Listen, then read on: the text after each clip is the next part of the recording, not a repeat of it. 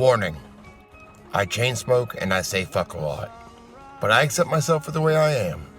I accept you too. Viewer discretion advised. This behind-the-scenes power in Hollywood has been a serial molester of young boys for the past couple decades. Let's call him P for the past few decades. This man has turned one client into dozens of some of the most powerful players in Hollywood. Back when he first started, this man, who we will call P, was not very shy about the way he molested tweens and teens. In fact, one of his A+ list clients at the time used to join in these sick events. That A+ list client, we will call him M. If there's anyone who seemingly got away with long-term child molesting, it's M. All of you know M. Most of you have probably read about his abuse of tweens and teens and children and adults. Most of you have read about his love of child porn. Boy, does that narrow it down a bit. Sadly, not enough. You got a point.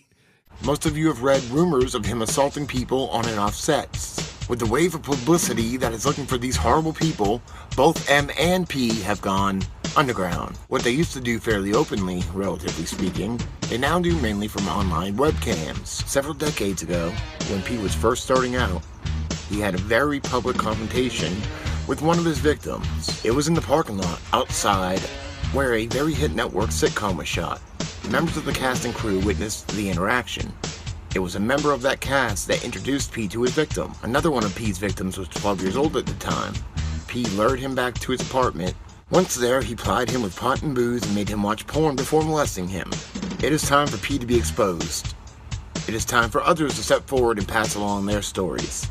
If you don't want to send them to me, then send them to that group that makes films exposing these awful people. Shout out to Gabe Hoffman, I guess. Open secret. That's not a guess.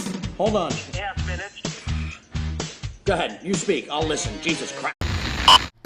So we're outside here, got a little fountain going, having a little breakfast out in Sherman Oaks' backyard with my buddy Reagan. Got the, what do we got here? We've got the bagel, and we've got the grapefruit, and the banana, and the lemon water, and of course the cappuccino, and of course the coffee, and of course Reagan has his food right here, specially made for him. Come here, Reagan, eat your dinner. Have some dinner, Reagan. And the clues. Number 1. P, behind the scenes power in Hollywood for a few decades. Since I've already covered this blind before, we know that they are allegedly referring to Jeff Ballard, publicist. Number 2, has very powerful clients. A few of Jeff Ballard's clients are Charlie Sheen, C. Thomas Howell, and Dick Van Patten. But he's also had many famous clients over the years like Johnny Depp, Jared Leto, Rick Schroeder, Soleil Moon Frye, Willie Ames, Zac Efron, Rob Lowe, Matthew Perry, Cuba Gooding Jr., Lori Laughlin, Carrie Elways, Paula Abdul, Ryan Seacrest, Corey Feldman, Kirk Cameron, Wayne Gretzky, Forrest Whitaker, and Martin Sheen. Number 3, not very shy about molesting. And he had an A+ client that joined in. I made a video on this blind, and M is referring allegedly to Charlie Sheen. I'll leave a link. Number 4, decades ago, he had a very public confrontation with one of his victims in the parking lot of the studio where the sitcom was shot.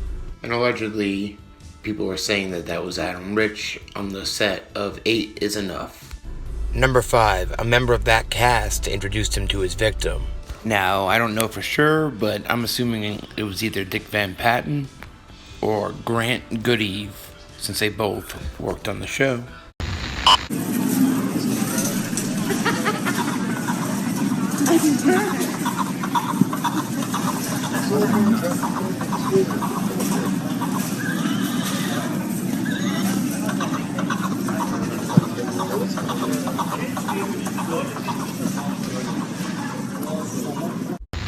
Wednesday, March 14th, 2018. Today's blind items. P's friends.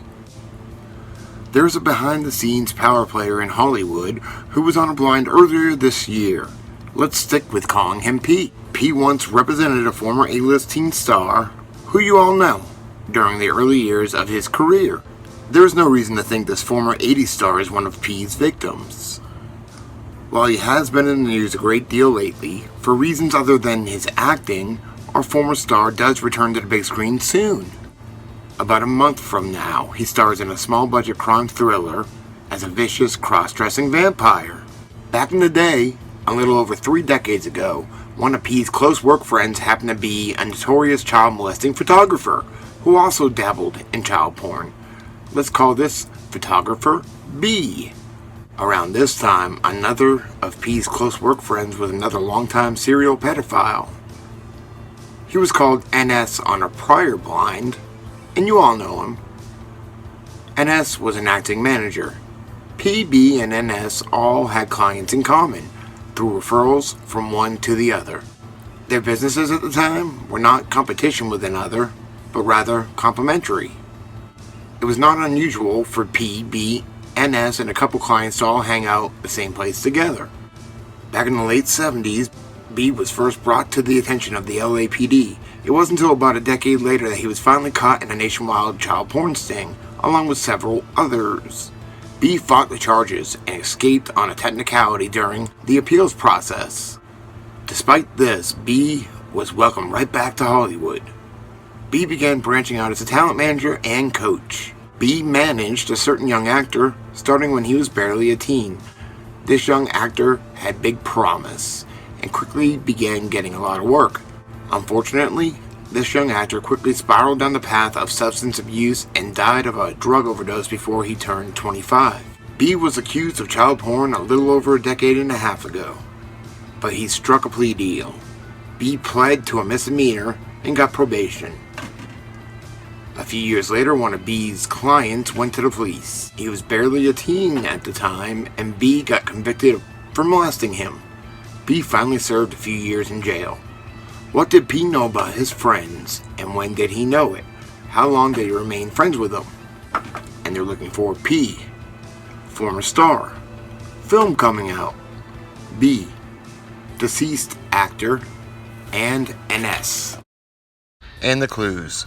Number 1, P repped the former A-list teen star in his early years. Number 2, the former teen star is in the news lately, not about acting, but is in a new movie, a low-budget crime thriller, as a cross-dressing vampire. Comes out in about a month.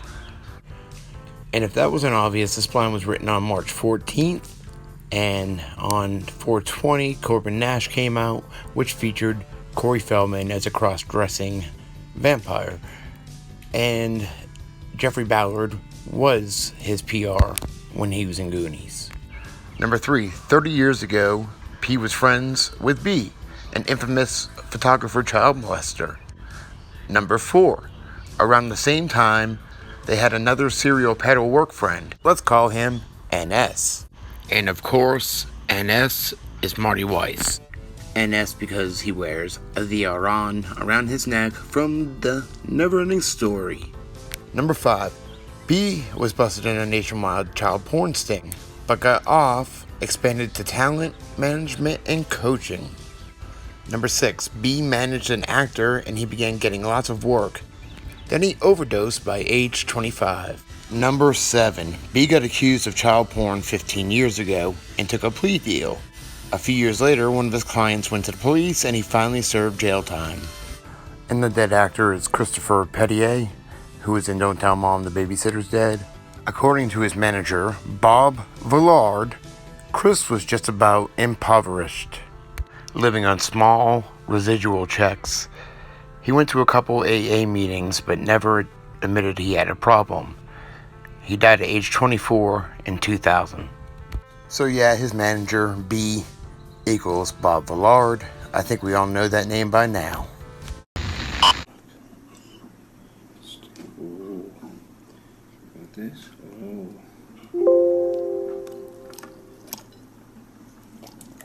What a creep.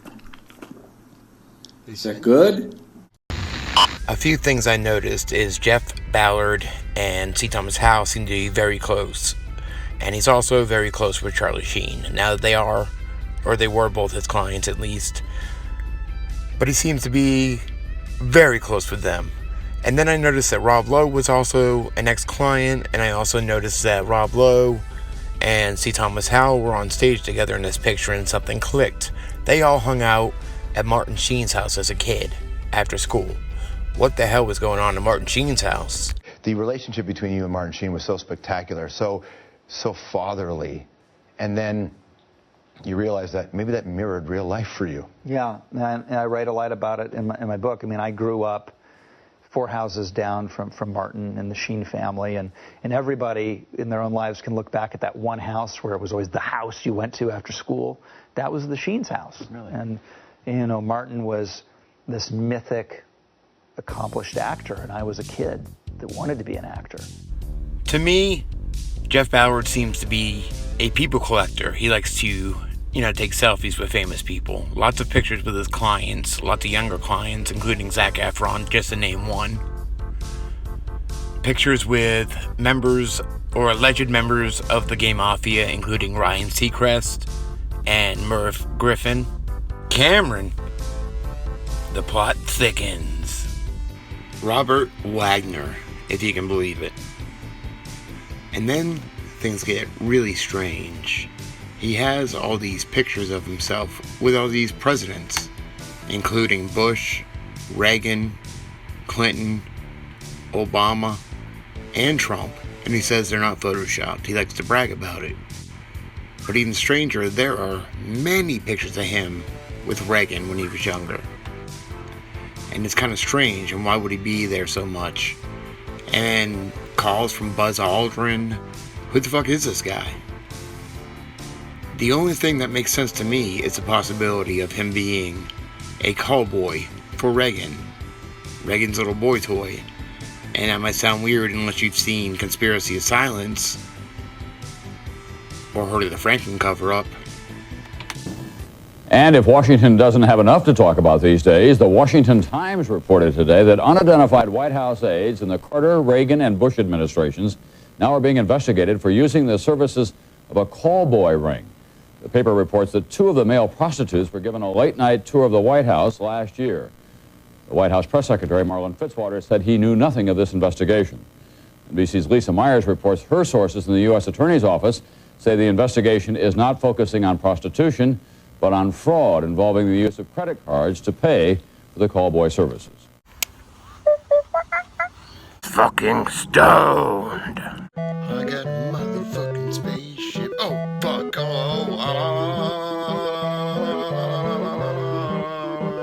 Cool, I got it.